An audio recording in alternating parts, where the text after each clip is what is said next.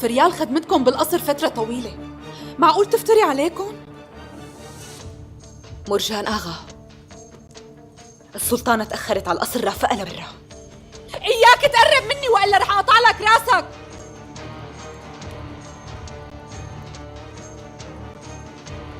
Hatun aylardır sizin hizmetinizde. Yoksa memnun değil misiniz? Ercan'a, sultanımızı arabasına kadar refakat et. Bir adım daha atarsan senin kelleni alırım.